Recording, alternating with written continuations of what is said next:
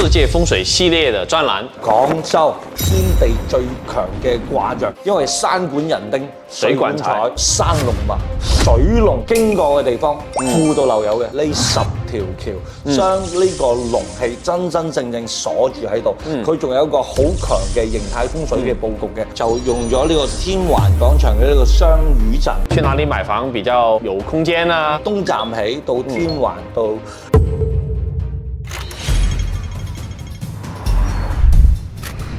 佢係通往天地嗰把鎖匙，天地乾坤皆有所發。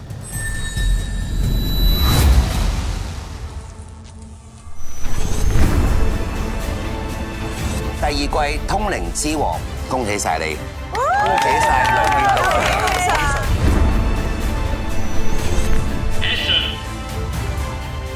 演！上嚟啊！聽過你啊！輕則覺得攰，重則心靈上面嘅問題。本嚟冇魔，聽到呢個咒語，你做乜嘢挑釁我？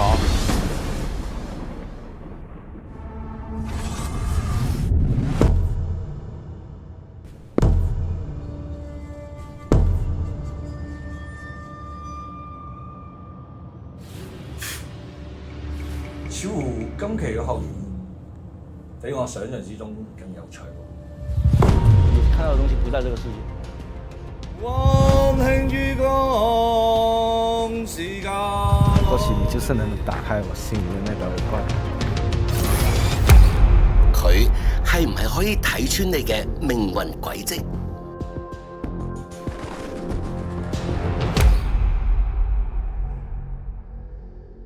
？Hello， 大家好，我係風水。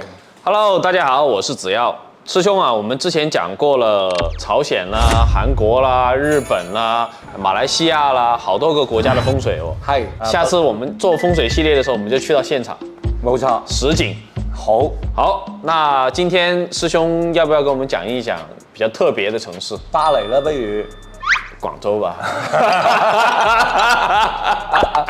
因為我們現在在廣州嘛，因為我們在廣州，所以我們講廣州。我相信很多的朋友們呢都想知道，我在廣州，我作為廣州人，哪裡的地方風水好啊？去哪裡買房比較有空間啊？未來的發展怎麼樣啊？佢點解可以成為1000年嘅一個貿易港口啊？哪怕係鴉片戰爭之前，佢已經打開咗呢個世界嘅格局㗎啦。世界上面有3個城市係從古到今，佢嘅條中軸線都冇變過嘅。哪3個？一個係亞歷山大，亞歷山大，一個係羅馬，羅馬係咪非常之大？一個係廣州，哇嚇！咁我覺得呢個一定係我哋有一個好重要嘅點喺度，就係佢嘅龍脈。廣州，佢自古以嚟3環水抱，九龍入州，所以從山龍脈同埋水龍脈嚟講，佢都係一個得天獨厚嘅城市嚟嘅。咁啊，廣州離唔開嘅話咧，就係一個山，因為山管人丁，水管財。最熟悉嘅就大家都知嘅，越秀、白雲山加越秀山，其實兩個都係同一脈嚟嘅。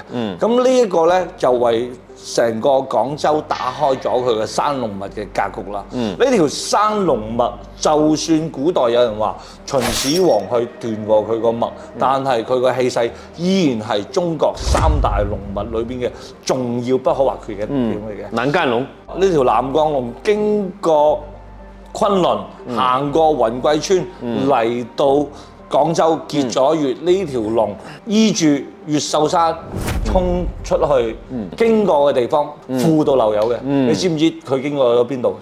我猜一下，如果從雲貴高原下來啦，然後一直過來這邊啦，廣西有份啦。OK， 好啦，咁啊，我哋答非所問啦。佢經過我哋廣州嘅地方咧，嗱，呢條龍脈，你知唔知究竟呢條龍脈經過咗邊度咧？我覺得北京路肯定有啦，係天環啦、鄭家啦，對吧？這些商圈嘛。你啱先講咧，其實帶到咗一條新嘅知識點嚟㗎。依家我哋嘅龍脈咧，其實就已經唔係經過咗呢個北京路啦，而係移到咗從東站起到天環到珠江新城，珠江新城呢條啦，呢一條舊龍脈到新龍脈嘅遷移咧，我覺得係充滿咗中國人嘅智慧嘅。因為你要知道，任何嘅一個龍脈，佢都有佢嘅時效性。有佢嘅活力性，咁啊，我哋呢條舊龍脈咧，佢個氣運已經開始向住東偏移啦。咁但係冇一條路能夠去打開佢嘅時候，應該點樣去發揮出嚟咧？好啦，我哋中國人開始發揮佢嘅智慧啦。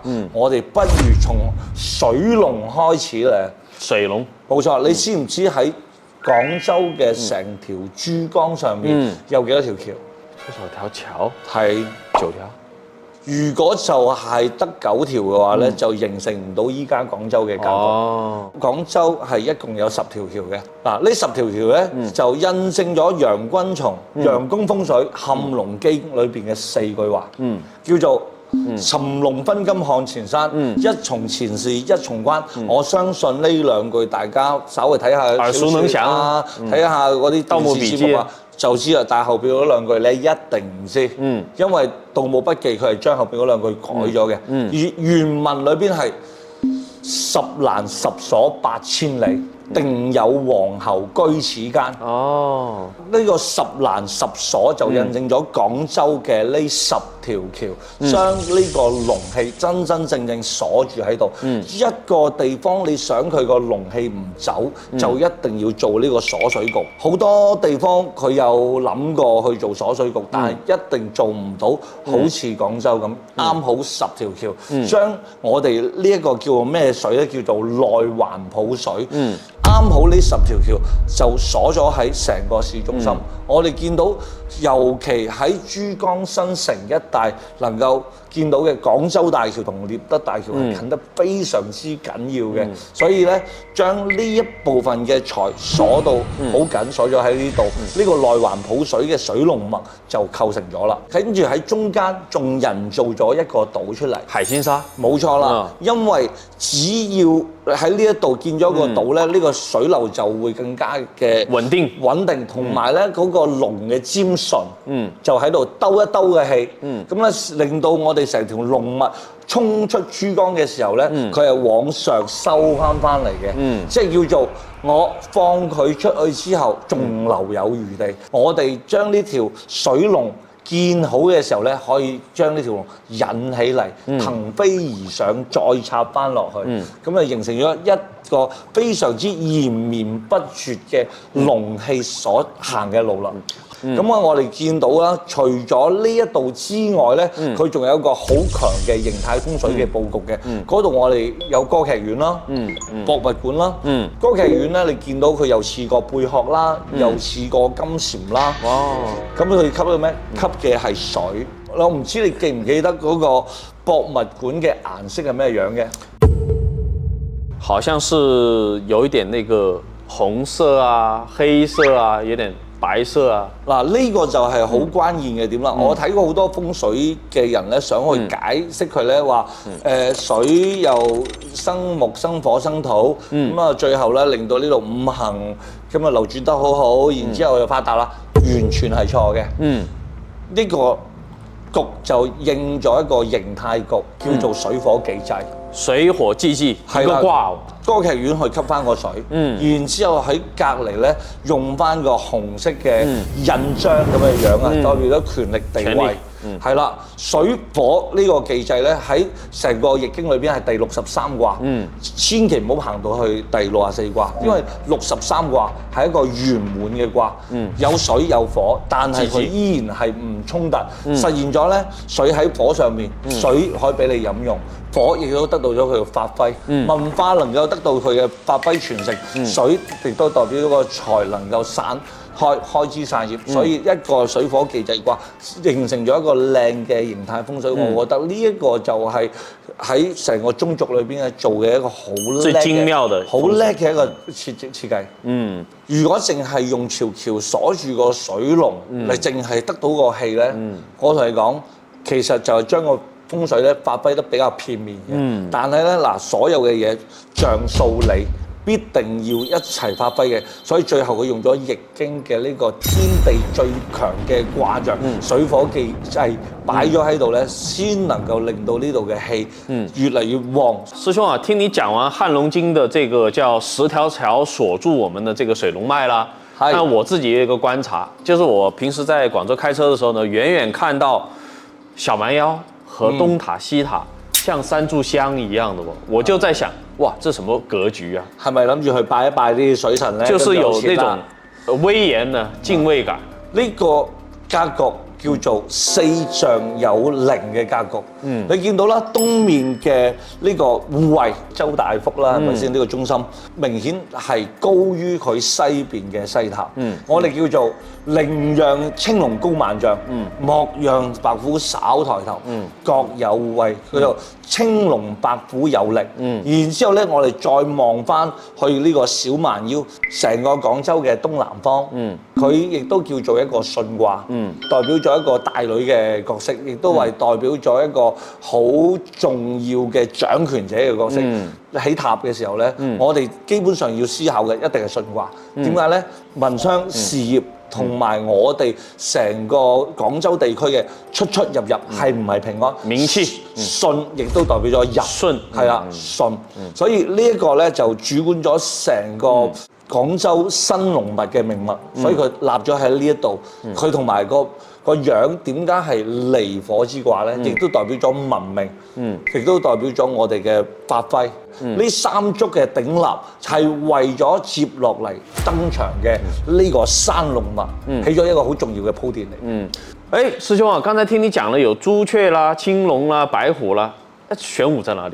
嗱，廣州人咧就真係千古名城，中國人嘅呢個風水格局咧係 OK 嘅。佢早就已經立咗一個叫做好大嘅局喺度。我先喺東站瘦狗嶺嗰度做個龍穴出嚟先啦。如果我冇呢個龍穴，個龍點樣會停留喺度咧？個龍氣點樣過嚟咧？延不過嚟。冇錯啦，咁佢哋就好聰明嘅咧，喺嗰度建立咗一個火車站叫做東站。佢嗰度咧有個好靚好大嘅一個廣場，平地係冇任何嘅建築喺上面嘅。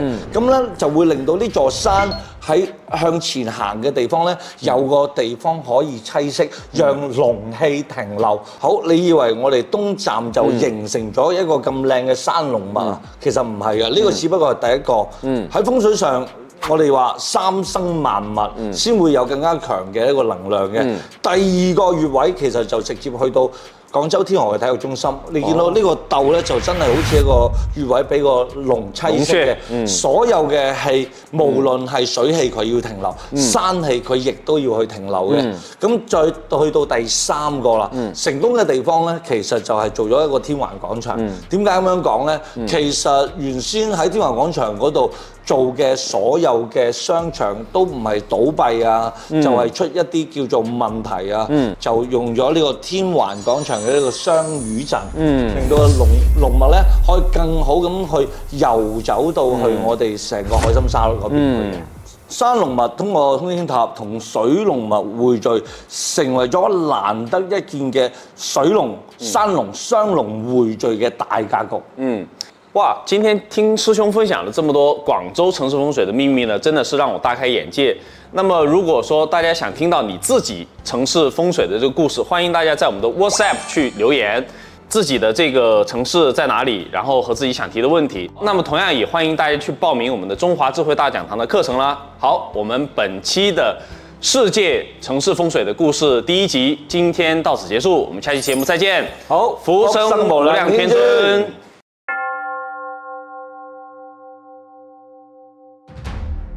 你有冇諗過自己可能有超能力？即刻邀請第一位學員。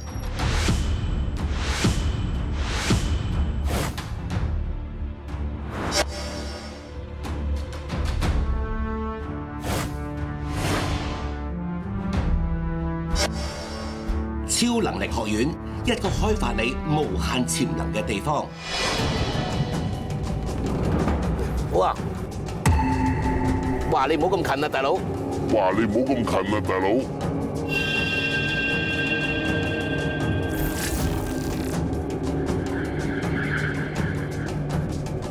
想入讀必須得到3位導師嘅認可。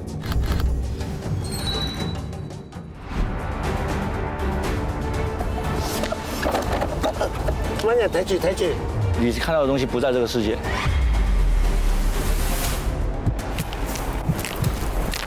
2分多，2分多。有玩嗎？幫我綁一綁佢，我驚佢冧低。喺呢度係嘛？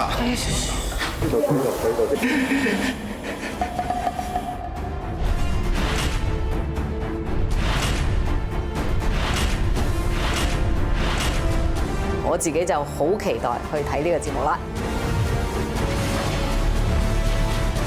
超能力學院即將啟播。